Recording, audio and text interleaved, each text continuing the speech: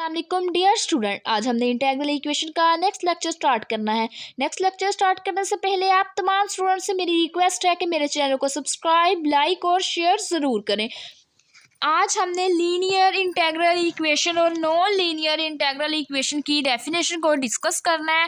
तो सबसे पहले हमारे पास आ जाती है लीनियर डिफरेंशियल इंटीग्रल इक्वेशन। तो उसके लिए हमारे पास उसकी बेसिकली डेफिनेशन है, an integral equation is called linear integral equation if the unknown function appeared in its linearly. हमने कहा कि इंटीग्रल इक्वेशन हमारे पास ऐसे लीनियर इक्वेशन, हम इंटीग्रल इक्वेशन की ऐसी इक्वेशन को कहते हैं जिस के अननोन फंक्शन एक ही बार लीनियरली अपेयर हो, तो वो हमारे पास लीनियर इंटीग्रल इक्वेशन होती है। जो लीनियर इंटीग्रल इक्वेशन होती है उसकी हमारे पास इक्वेशन है G of S is equal to F of S plus integral A to B K into S T G of T D of T is the linear integral equation and as the unknown function g of s in its appeared linearly। हमने कहा कि ये जो हमारे पास equation है, ये हमारे पास कौन सी इक्वेशन है? लीनियर इंटीग्रल इक्वेशन है। इसमें जो अननोन फंक्शन है, अननोन फंक्शन हमारे पास जी ऑफ एस है,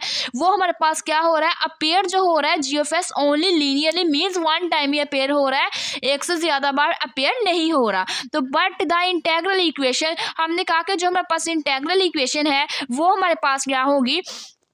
अब उसके बाद हमने लीनियर इंटीग्रल इक्वेशन के बारे में पढ़ा है। अब नॉन लीनियर इंटीग्रल इक्वेशन हमारे पास क्या होगी? नॉन लीनियर इंटीग्रल इक्वेशन आप लोग कह सकते हैं कि ये हमारे पास does not appear in its linearly. आप लोग बेसिकली डेफिनेशन वही यूज़ करोगे, लेकिन नॉन लीनियर के लिए आप लोगों ने क्या डेफिनेशन हमारे पास क्या होगी?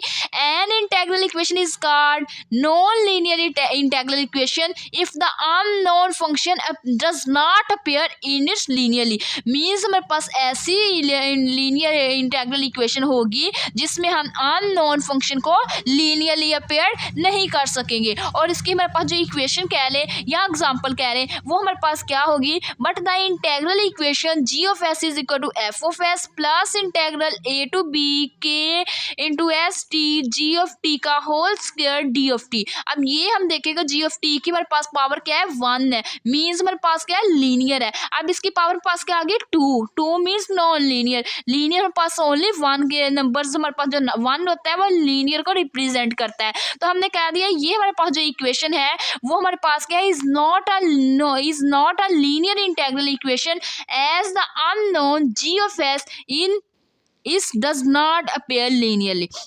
हमने कहा कि ये जो हमारे पास इक्वेशन है ये हमारे पास लीनियर इक्वेशन नहीं है, क्योंकि जो हमारे पास जी ऑफ एस है अननोन फंक्शन, वो हमारे पास क्या है? एक बार नहीं, एक से ज़्यादा बार हमारे पास क्या हो रहा है? अपेयर हो रहा है, लीनियर नहीं है, वो लीनियरली अपेयर नहीं हो रहा, जिसकी वजह से ये हमारे पास कौन सी इक्वेशन कहलाएगी? ये हमारे पास नॉन लीनियर इक्वेशन कहलाएगी। तो ये हमने पढ़नी थी आज लीनियर और नॉन लीनियर की डेफिनेशन। अगर आप लोगों को मेरा आज का वीडियो लेक्चर पसंद आए तो मेरे चैनल को सब्सक्राइब, लाइक और शेयर ज़रूर करें। Thanks for watching. अल्लाह हाफिज़।